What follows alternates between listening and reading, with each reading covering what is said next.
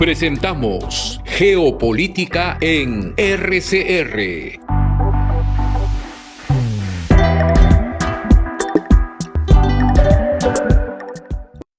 Iniciamos, amigos del Perú y de otros usos horarios distintos al nuestro, un programa especial con un periodista experimentado, respetado, Tulio Hernández. Vamos a tocar con él algunos temas que pudiéramos aproximadamente, espero, dividir en tres aspectos. El asunto es muy complejo. Uno, algunos antecedentes que llevaron a Venezuela a esta situación. Dos, la coyuntura. Y en términos de coyuntura, yo le pido el pequeño, gigantesco esfuerzo, pero que él puede hacer por conocimientos y por ser hombre didáctico, que nos diga unas palabras sobre la correlación de fuerzas. Y tercero y último, algunas reflexiones, no para sustituir la bola de cristal, sino teniendo en cuenta consideraciones de la correlación de fuerzas tanto internas como externas. De Quo Vadis Venezuela, ¿a dónde vas Venezuela? Bienvenido y muchísimas gracias, Tulio. Nos conocemos en esta noche gracias a nuestro común amigo Víctor Flores García y a Sandra Bay, su esposa también. Y yo espero que esta conversación, que es sobre un tema muy doloroso, sea lo más didáctica posible. Sobre estos tres aspectos, yo te invito a que con la más absoluta libertad empieces por donde quieras. A veces me dicen eso a mí: diga usted, señor Bernales, lo que le parece. Bueno, le voy a decir lo que nadie le va a decir y empiezo por el final. Pero ya sea antecedentes, coyuntura y correlación de fuerzas, para tener un poquito, otear, como se decía antiguamente, los oteadores que estaban en los barcos a vela subidos ahí en el trinquete mayor, de ahí mirando el horizonte. Bienvenido y muchas gracias. Adelante, por favor, Tulio. Gracias, Manuel. De verdad que las tres preguntas o los tres tópicos que Tópicos. formulas darían para un seminario de un año en una universidad, pero voy a tratar de intentarlo. Voy a empezar por la coyuntura. Muy bien, adelante. Lo que estamos viviendo los venezolanos en este momento, tanto los que están allá en el país como los que estamos en el exilio. Yo soy un exiliado político, soy un perseguido político. Es muy duro. Y es muy duro, ¿por qué? Porque en esta oportunidad electoral teníamos y tenemos la absoluta seguridad de que ya al chavismo no le queda pueblo. A esa supuesta revolución no le queda apoyo popular. Todas las encuestas nos daban más o menos 70% a 30%. Todos los exit polls, como se llaman los estudios a salida de mesas en las elecciones, nos daban exactamente lo mismo. El liderazgo de una mujer, de María Corina Machado, había cambiado toda la relación con la política. O sea, la introducción en un país muy de líderes masculinos, de lo femenino, había generado un entusiasmo y una unidad gigantesca. Y aunque yo debo decirte ahora, dime, que yo creí, me acuerdo que un periodista, yo vivo en Bogotá, un periodista colombiano me dijo el sábado en la noche, me preguntó: ¿tú te sientes optimista? Y yo le dije con tono de bolero: yo no me vuelvo a enamorar, yo demasiado ya he sufrido. Entonces, Esto que nos ocurrió el domingo en la noche, cuando un hombre de apellido Amoroso, qué tristeza ese apellido, pero porque él es un títere del Ejecutivo, declaró ganador a Maduro, ha sido para nosotros un golpe tan duro, tan triste. O sea, yo creo que hoy es que me estoy recuperando de lo que vivimos, pero que teniendo todo en las manos, las actas, la gente en la calle, la emoción, nos hayan robado de la manera más impúdica las elecciones, es casi como cuando se te muere alguien que amas. O sea, estamos muy tristes, pero no estamos claudicando. Vamos a seguir. Así que esta es la primero que debemos hablar. Venezuela ha sido víctima de uno de los más grandes, grotescos e impúdicos fraudes electorales que se hayan vivido en la historia de América Latina. Ese es el primer punto.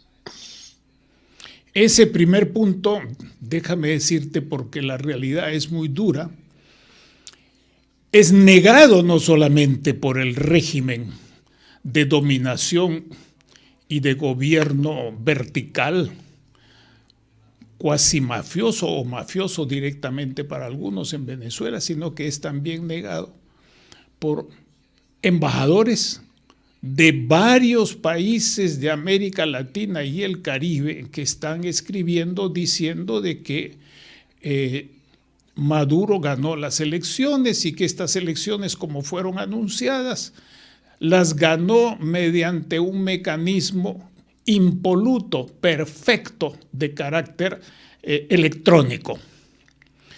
Y hay embajadores de América Central, del Caribe, de América del Sur, uno, que yo he estado viendo la información, de tal manera que quiero hacerte una pregunta específica en este punto. Háblanos sobre el tema electoral electrónico, porque eso fue declarado anticipadamente por el gobierno, por Maduro en particular y también por otros. Cuando eso ocurrió, me vas a permitir el yoísmo, yo dije, esto tiene el plan B y hasta el plan C. Entonces la pregunta concreta es, ¿qué nos puedes decir sobre esa llave anunciada por el gobierno, pero hoy empleada por el pueblo votante en favor de González? No, fíjate, yo creo que hay que separar tres cosas. A ver. Uno, el sistema de votación electrónica, de acuerdo a todas las informaciones de primera mano que tengo, funcionó correctamente. Ok.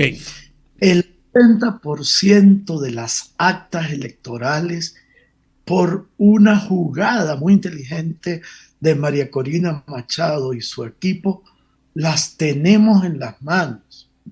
Por eso, 50 gobiernos del mundo, incluyendo Canadá, incluyendo Guatemala, que se acaba de añadir ahorita, incluyendo Japón, incluyendo la Unión Europea, no reconocen o sea, mejor dicho, reconocen el triunfo de Edmundo González.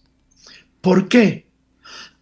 Porque el equipo de la resistencia democrática se preparó porque sabíamos que esto iba a ocurrir. Entonces, bueno, el 80% de las actas están en nuestras manos y el gobierno, porque no hay árbitro electoral. O sea, el árbitro tiene puesta la franela de uno de los dos equipos y juega para ese equipo. Entonces, esto es lo primero. O sea, el fraude es tan ordinario, tan precario, tan impúdico, que no lo pueden ocultar. Y la segunda cosa que tenemos que entender, a mí me impresiona que América Latina no entiende bien lo que nos está pasando.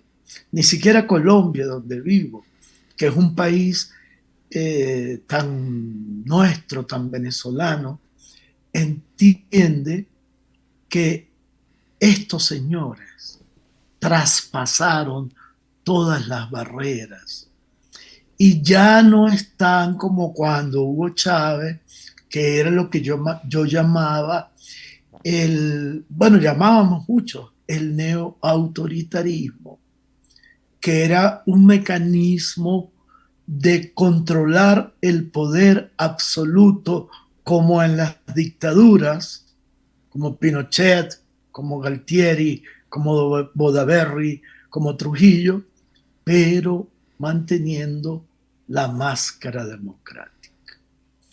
Una vez que muere Chávez, eso se acaba y comienza lo que llamamos un gobierno de facto, que es cuando, después que la oposición en el 2015 gana las elecciones legislativas con el 75%, Es correcto. el gobierno, ¿qué hace? Crea una asamblea constituyente y elimina literalmente a la asamblea legislativa original. Pero ahora entramos en la etapa peor. Neoautoritarismo, gobierno de facto. Ahora entramos en el totalitarismo. Probablemente el primer totalitarismo que va a existir o que ha existido en América Latina. Ayer en la tarde hablaba con un sobrino mío que me dejó muy triste, porque viene caminando por una calle de Caracas y un agente policial vestido de civil le pone una pistola y le dice: dame tu celular o móvil, yo no sé cómo se dirá en Perú, y se lo quita y le dice: dame tu código, y revisa qué es lo que tiene en sus redes. Y resulta que si, por suerte a él le habían advertido y había borrado. Pero ¿qué pasa en Venezuela hoy en día? Que si te revisan tu teléfono y tienes un mensaje, por ejemplo, de que tienes que ir a una manifestación de protesta contra el fraude, o tienes una frase de alguien tuya o de alguien contra el gobierno, te llevan preso, sin juicio, sin información, te llevan preso. Entonces, claro, cuando una cosa de estos niveles ocurre, cuando los dirigentes del partido de María Corina están presos, cuando María Corina y Edmundo tienen que estar escondidos, cuando 7 expresidentes que quieren ir a Venezuela, ni siquiera como observadores oficiales, ir a ver qué es lo que pasa, no los dejan montarse en el avión en Panamá, expresidente de Costa Rica, expresidente de México, expresidente, bueno, 7 expresidentes y una Sí. ex vicepresidenta de Colombia. Cuando en apenas 3 días Ya hay 17 muertos en las calles, incluyendo un niño de 7 años por la represión policial. Cuando ya hay, o sea, imagínense esto, 7.000 presos por la gente que ha salido a protestar, cuando ya hay 14 periodistas extranjeros expulsados del país, a los que además los meten en un cuarto y les quitan por 1 hora o 2 horas su pasaporte. ¿De qué estamos hablando? Estamos hablando de un modelo totalitario. Ya ni siquiera de... Es decir, probablemente esto suene pesado, pero yo que tengo ya cierta edad y cuando tenía como 15, 16 años, viví de lejos la dictadura de Pinochet. Ahora él me parece una persona serena y buena al lado del horror que es Nicolás Maduro.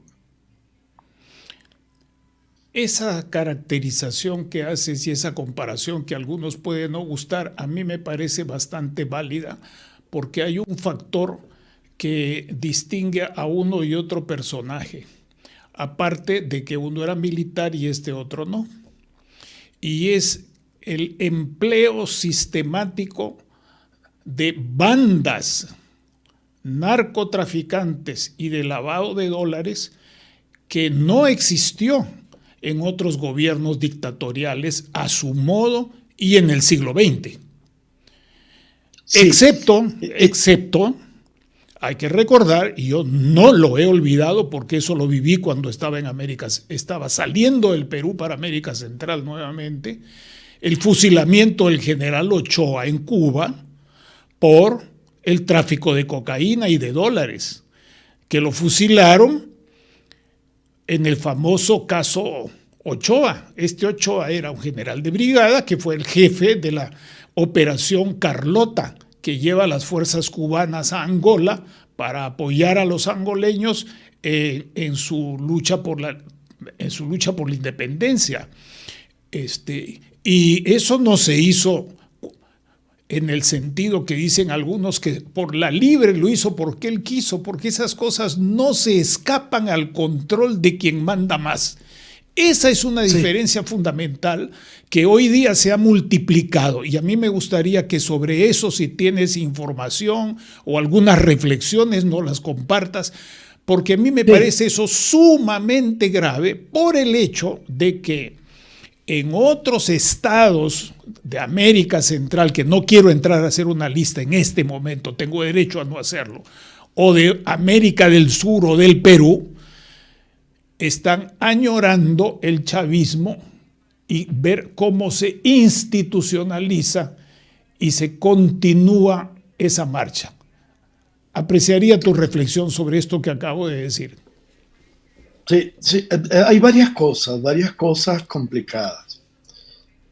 La primera es que efectivamente uno de los grandes problemas para salir de este régimen es el narcotráfico.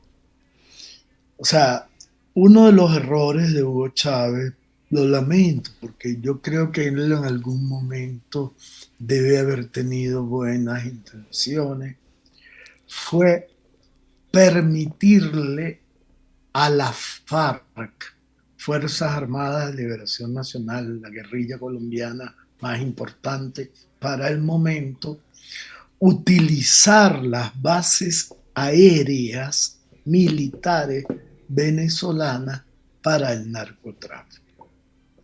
Entonces ahí comenzó una de las grandes degradaciones de la nación. ¿Por qué? Porque los militares venezolanos, los generales, dijeron, bueno, pero si dejan sacar cocaína por nuestras bases militares para que la FARC sigan con vida, ¿por qué nosotros no tenemos derecho a entrar en ese negocio. Y ahí es donde se pervierten de una manera irreversible las Fuerzas Armadas venezolanas. Qué triste. Ya, siempre había habido corrupción, pero no a estas escalas. Entonces, este fenómeno, que de donde se crean lo que llaman el cartel de los soles, porque en Colombia y en Bolivia, vamos a decirlo de una manera un poquito simpática, el narcotráfico fue un emprendimiento privado, pero en cambio en Venezuela fue un emprendimiento hecho desde el Estado y por los militares. Entonces, eso es un primer hecho decisivo. O sea, lo que cambia la historia de Venezuela es que los militares se convierten en los más importantes narcotraficantes. Y por eso no pueden ni quieren entregar el poder, porque son perseguidos por los Estados Unidos y por la DEA. ¿Cuál es la diferencia con Pinochet?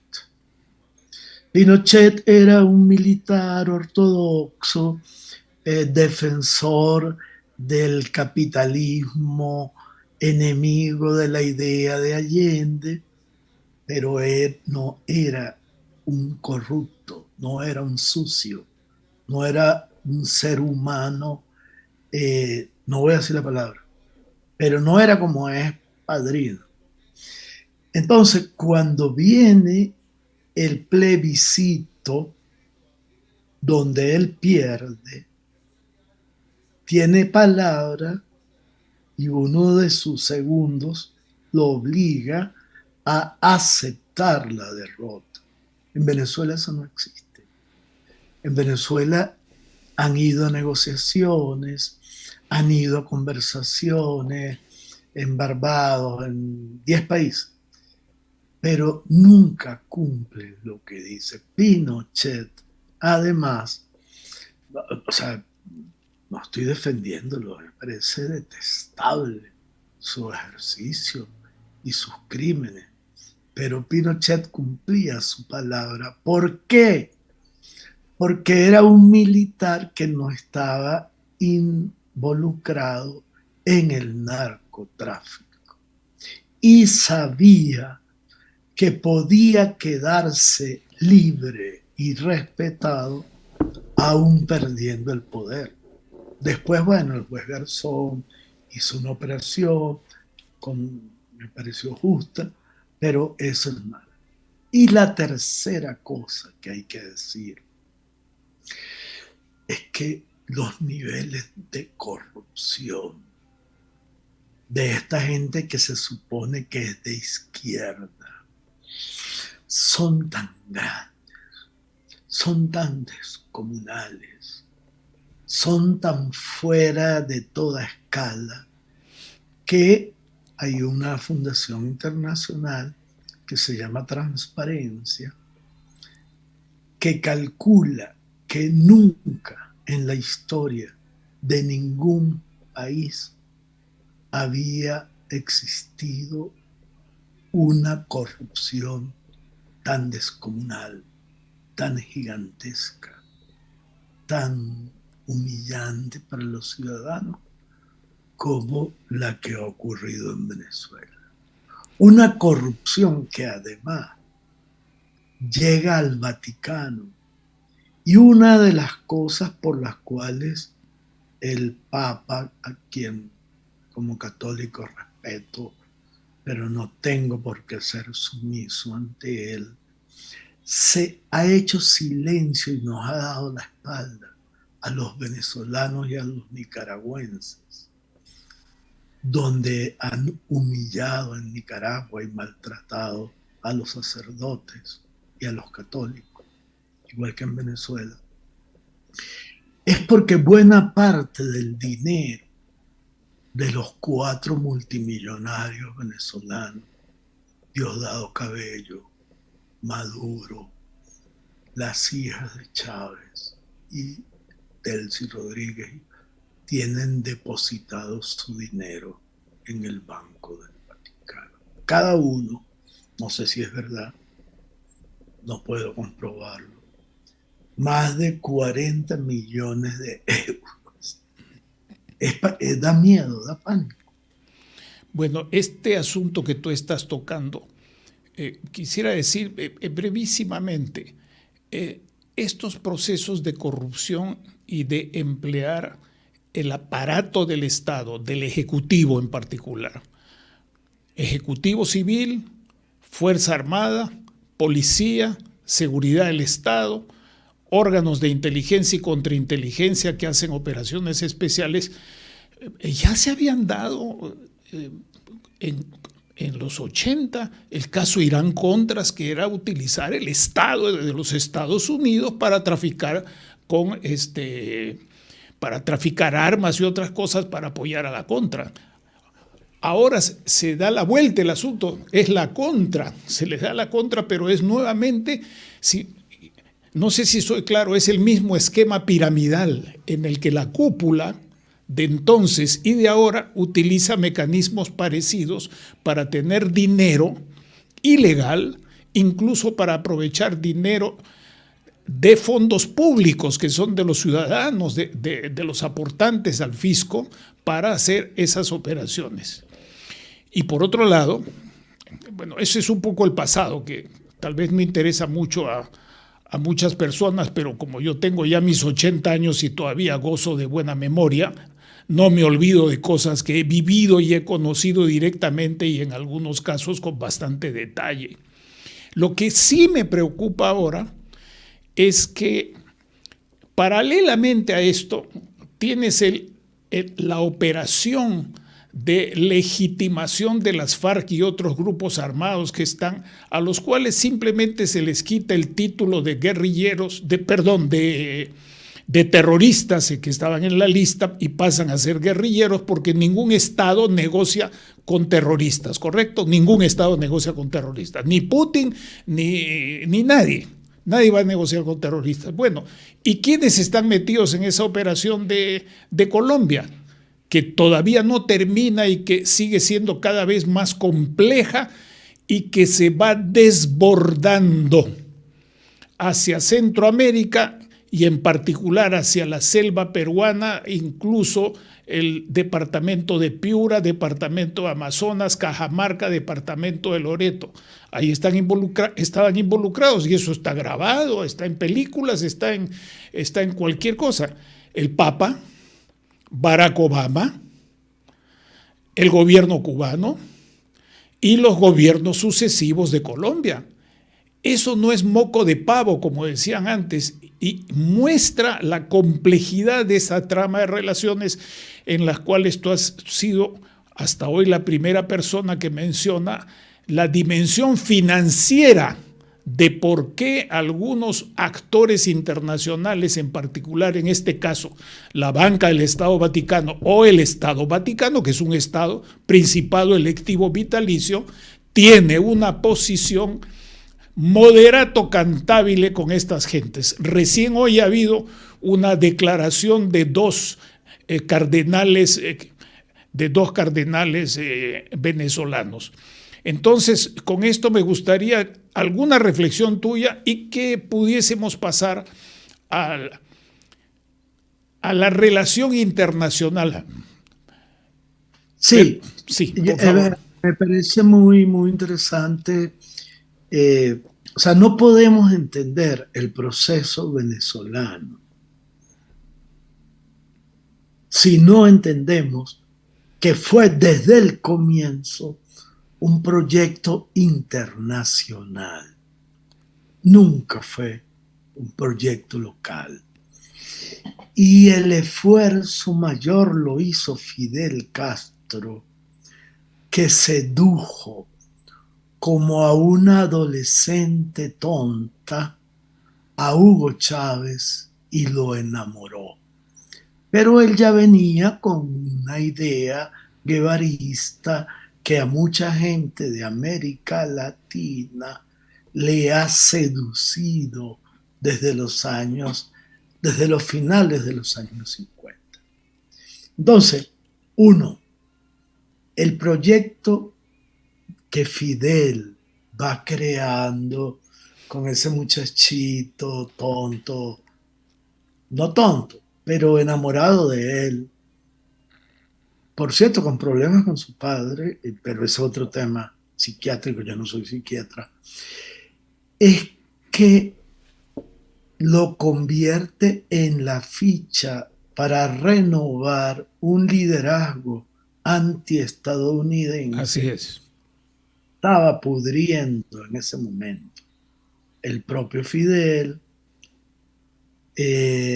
¿cómo se llama? Eh, eh, los tres líderes asiáticos, Hussein, el propio fin de Siria, que ya estaba en decadencia. Y entonces, bueno, Chávez entra en escena a renovar, auspiciado por su padre y su mentor Fidel Castro, está inyectarle sangre nueva al antinorteamericanismo, que ya la Guerra Fría había terminado, pero ellos la renovaron en lo que tiene que entender todo el mundo. La nueva Guerra Fría no es entre capitalismo y socialismo, es entre Eurasia y Occidente.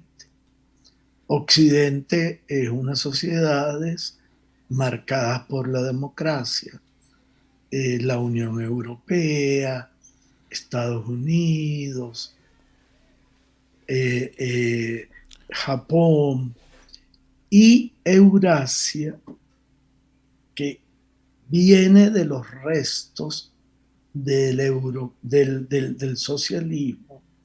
O sea, no es casual que Rusia sea heredera de la Unión Soviética a través de un hombre de la KGB como Putin. No es casual que el otro miembro de Eurasia, Irán, sea una teocracia. O sea, lo que Occidente supo separar, no totalmente, pero bastante, la relación entre religión y política en Irán está intacta. O sea, los, los ayatolas son una forma de unir política y religión. No es casual que China, que consiguió la única salida posible afiliándose al capitalismo más salvaje, pero manteniendo la estructura de partido único comunista. No es casual que el otro miembro de este cuarteto sea Erdogan, o sea, un dictador también turco. Entonces, este fenómeno que estamos viviendo, esta nueva Guerra Fría, tiene sus pies montados, o sus pezuñas, deberíamos decir, en tres países de América Latina: en Cuba, en Nicaragua y en Venezuela. Y si no entendemos eso, yo creo que Lula lo está entendiendo, yo creo que los uruguayos de izquierda lo están entendiendo, yo creo que Boric lo está entendiendo. Es muy difícil resistir a esta arremetida de una nueva guerra fría que yo más bien la llamaría guerra caliente. Ahora, en esto que tú mencionas, no quiero ir hacia atrás, aunque tengo la tendencia a tratar de buscar algunas cosas en la historia, pero eso es como una afición. Más bien quiero preguntarte así directamente, en ese esquema entra Brasil, en el sentido de que está con los BRICS, y los BRICS son básicamente los que sabemos, más otros que buscan su afiliación. Y por otro lado, hay Venezuela y Colombia, y Colombia no por casualidad tiene una asociación estratégica con la OTAN, no es miembro de la OTAN, pero hasta hoy no ha variado el estatus de asociado estratégico con la OTAN. Colombia es bioceánico y Colombia junto con Venezuela es un bloque claramente que se proyecta hacia el Mar Caribe, que es, como decían antiguamente, un poco la panza estadounidense, ¿no? El bajo vientre de los Estados Unidos. Brasil no es bioceánico, pero Brasil no puede prescindir de su relación con China ni de sus proyectos con los BRICS. Entonces me gustaría en este contexto alguna reflexión tuya sobre el papel que está jugando el presidente Lula, que seguramente tiene coincidencias y algunas no coincidencias con miembros de su partido. Si uno lee las declaraciones de Celso Amorim, tienen aspectos de comunidad, en común con las cosas que está diciendo Lula, pero otras cosas en las cuales Lula no critica, pero no son lo mismo, hay diferencias. Y en este momento Lula está reunido con Boric para ver varios asuntos de Estado en una visita oficial, y uno de esos asuntos es el tema venezolano. En este contexto, que me disculpas la extensión, te pido una reflexión también. ¿Qué pasa con Brasil? ¿Cómo es la cosa? Sí, ya va. Lo primero que habría que decir es que no toda la izquierda latinoamericana se comporta igual. O sea, yo creo que Lula, aunque ha sido cómplice y alcahueta del chavismo, del socialismo del siglo XXI, es un demócrata. O sea, Lula ha soportado la alternancia, ha perdido elecciones, incluso fue preso y lo aceptó.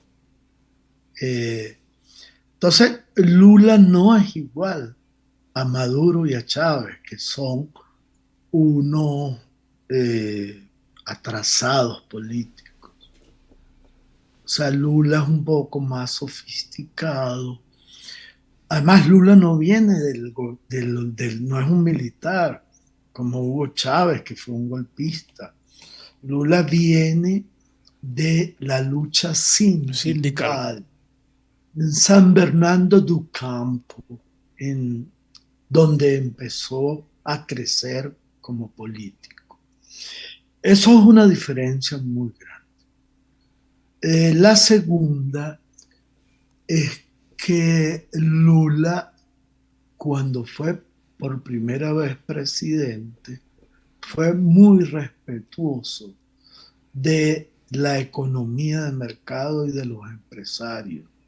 De hecho, no sé si la cifra es correcta, pero sacó de la pobreza extrema a casi, no recuerdo, pero puede ser que me equivoque, a 14 millones de brasileños. Y luego Lula debe estar atormentado. Bueno, no ha sido mi amigo, no lo conozco, pero debe estar atormentado por cuál es su papel en este momento tan trágico, donde el mundo está partido en dos frente a Venezuela. Los gobiernos democráticos, ¿quiénes son los que más quieren al gobierno de Maduro? Cuba. Nicaragua, Rusia, Irán. Entonces él debe estar, ¿de qué lado me voy a quedar yo? Históricamente, porque los hombres políticos, los políticos con mucha fuerza, con mucho poder, siempre están pensando, no les queda otra, en cómo van a quedar en la historia. Entonces, este momento de Lula es ahorita un factor importantísimo en el futuro de Venezuela.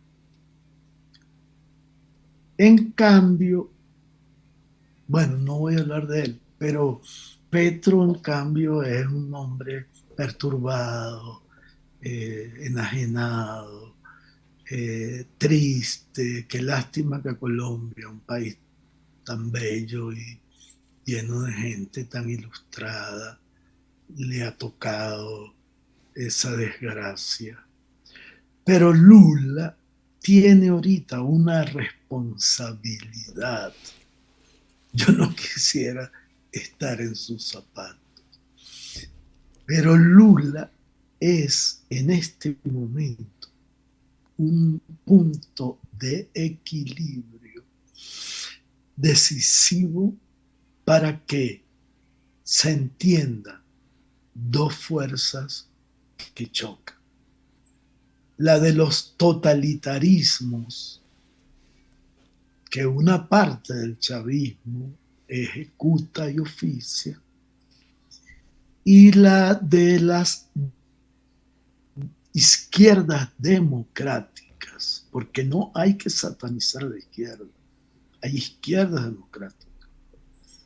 Y ahí están la izquierda uruguaya, la izquierda chilena, que han resistido a esta ola totalitaria que trajo consigo el militarismo venezolano. Y entonces, bueno, a mí me parece que a Lula le va a costar mucho qué posición decida y defina en estas semanas en donde se juega si hubo o no hubo fraude en Venezuela, si habrá o no habrá democracia en Venezuela, si tendremos la posibilidad de tener un país en paz, reunificado, o si nos vamos a las manos. Porque Venezuela nunca ha sido un país de violencia extrema, nunca ha habido, por ejemplo, un magnicidio en Venezuela. Entonces, pero las sociedades cambian y probablemente nosotros estemos cambiando, porque incluso los que tenemos cierta edad estamos tan hartos, estamos tan enguayabados, como dirían aquí en Colombia, que probablemente podríamos dejar de ser pacíficos. En esta perspectiva, es bueno tocar también el papel de otros gobiernos, de otros mandatarios, de otros presidentes. No voy a entrar a su caracterización, no interesa, voy directamente, nos van quedando muy pocos minutos. El presidente de México, en un tiempo más entrega el gobierno a su Delfina. El presidente Petro va a continuar y Petro va a tener que verse entre sus ilusiones escondidas y la realidad. Yo no me olvido de un detalle, no sé si se puede decir esto, pero cuando gana Petro, invita a todo un conjunto de personas de varios países, y de acá del Perú fueron un buen grupo, más que los dedos de esta mano, más de los 10, que estuvieron en el inicio de distintos grupos guerrilleros y celebraron y se reencontraron ahí. Y yo supe de este asunto y dije, bueno, hay cosas que se guardan y que pueden reflotar, y hay otras cosas que no. Y Colombia es un país que tiene una tradición desde el Bogotazo del 48, es un país que a mí me sorprende, extraordinario, porque con todo el proceso que se llamó la violencia y el narcopoder, el narcotráfico, todo lo que ha vivido, es un país que sigue funcionando. Entonces Lula va a tener que entenderse de alguna manera también con Colombia y en cierta medida con México, que es un país importante en el Caribe.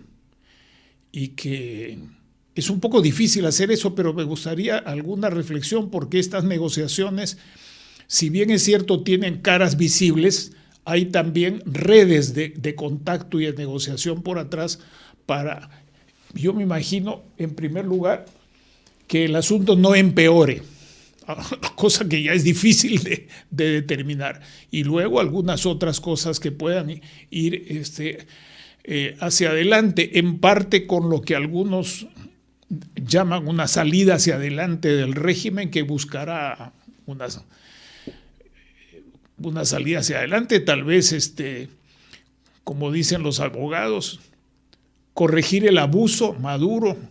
Pero Maduro no está solo, Maduro está ahí detrás de Diosdado Cabello y la cúpula militar que ya se conoce que es, y los otros elementos policiales y de seguridad del Estado. Pero corregir el abuso y que quede el uso, ¿será eso posible?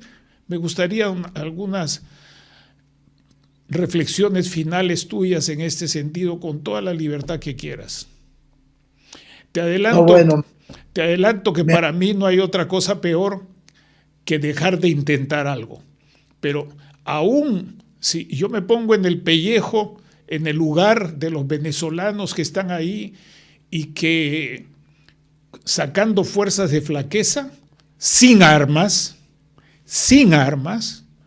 tratar de que se valide un resultado político ciudadano frente a un régimen que tiene todo tipo de armas y aliados que, como tú has caracterizado muy bien, no van a dejar que ese régimen caiga, por la sencilla razón que, además de su proyecto político, tienen petróleo, tienen oro, tienen hierro, tienen maravillosos recursos que tiene Venezuela y que tienen otros países también.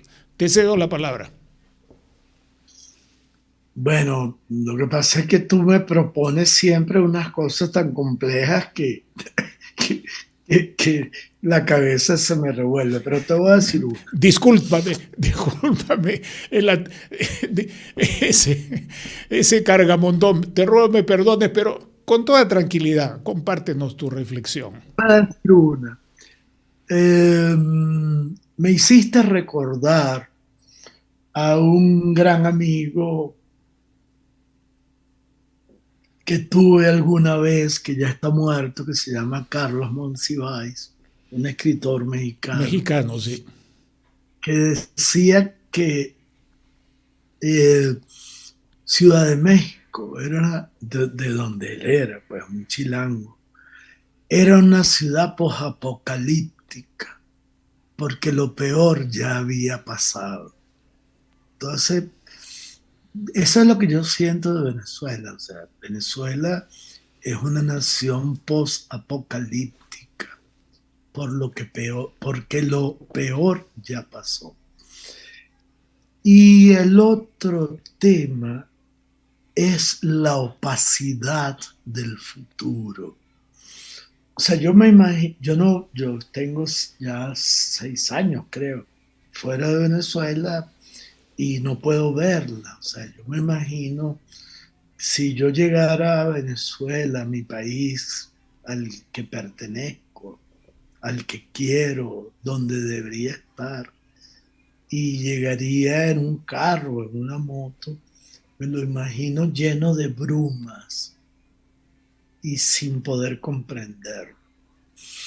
Entonces, creo que el futuro de naciones como las nuestras, ni los mejores sociólogos, ni los grandes brujos, ni los lectores del tarot pueden imaginarse qué es lo que viene.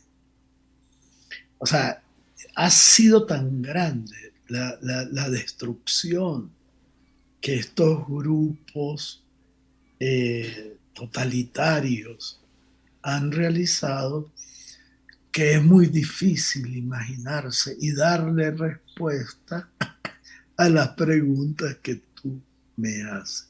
Yo a veces me pongo a pensar, ¿qué haría un sociólogo, un antropólogo, un politólogo en medio del momento en que Hitler ordena asesinar a 6 millones de personas? O sea, ¿cómo miraría el futuro?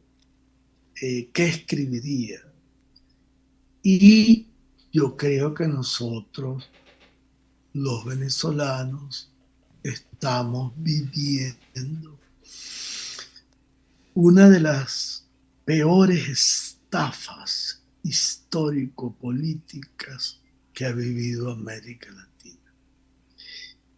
Y eso, perdóname que te lo diga, me produce un dolor casi físico, casi en el cuerpo, porque yo sé que el Perú ha pasado momentos difíciles. Yo sé todo lo que pasó en Centroamérica, las guerras civiles, las luchas en Nicaragua, lo que pasó en Chile con Pinochet. Pero lo que nosotros vivimos es tan particular, es tan inédito, es tan doloroso, que ni siquiera en el peor momento de la guerra entre los contras y los sandinistas, el 40% de la población de Nicaragua se fue. Ni siquiera en el peor momento de las dictaduras del sur, la de Pinochet, la de Galtieri, la de Bodaberry,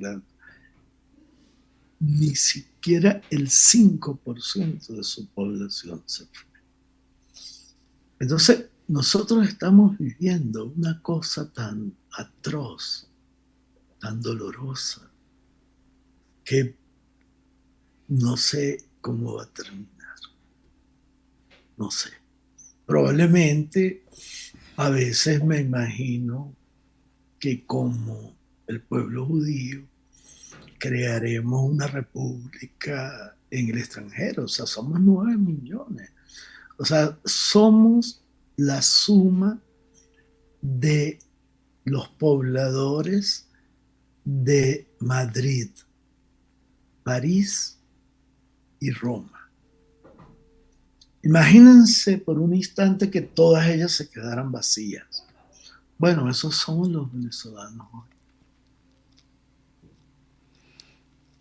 Te agradezco infinitamente.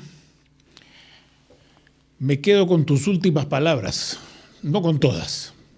Algunas que puedan ser un mensaje fuerte para quienes nos acompañan, para quienes compartimos la búsqueda de un mejor gobierno, más allá de la ilusión.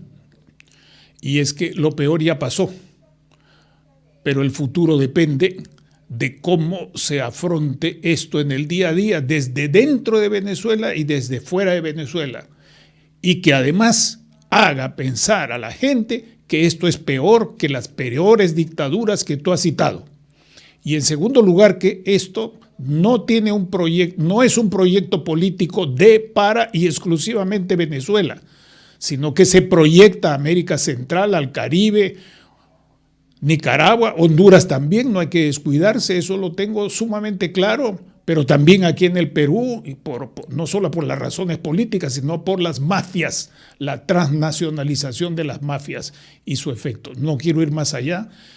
Sé que estás muy adolorido también por otras cuestiones personales, familiares. Te doy mi pésame. Te agradezco muchísimo más por la circunstancia que vives de compartir tu sabiduría, tu experiencia y tus sensatas palabras con las personas que nos acompañan. Espero que nos conozcamos, como dicen los periodistas, en vivo y en directo, y que compartiremos una mejor oportunidad en Bogotá o en Caracas. Muchas gracias, Tulio. Muchas gracias. Gracias. Hemos presentado Geopolítica en RCR.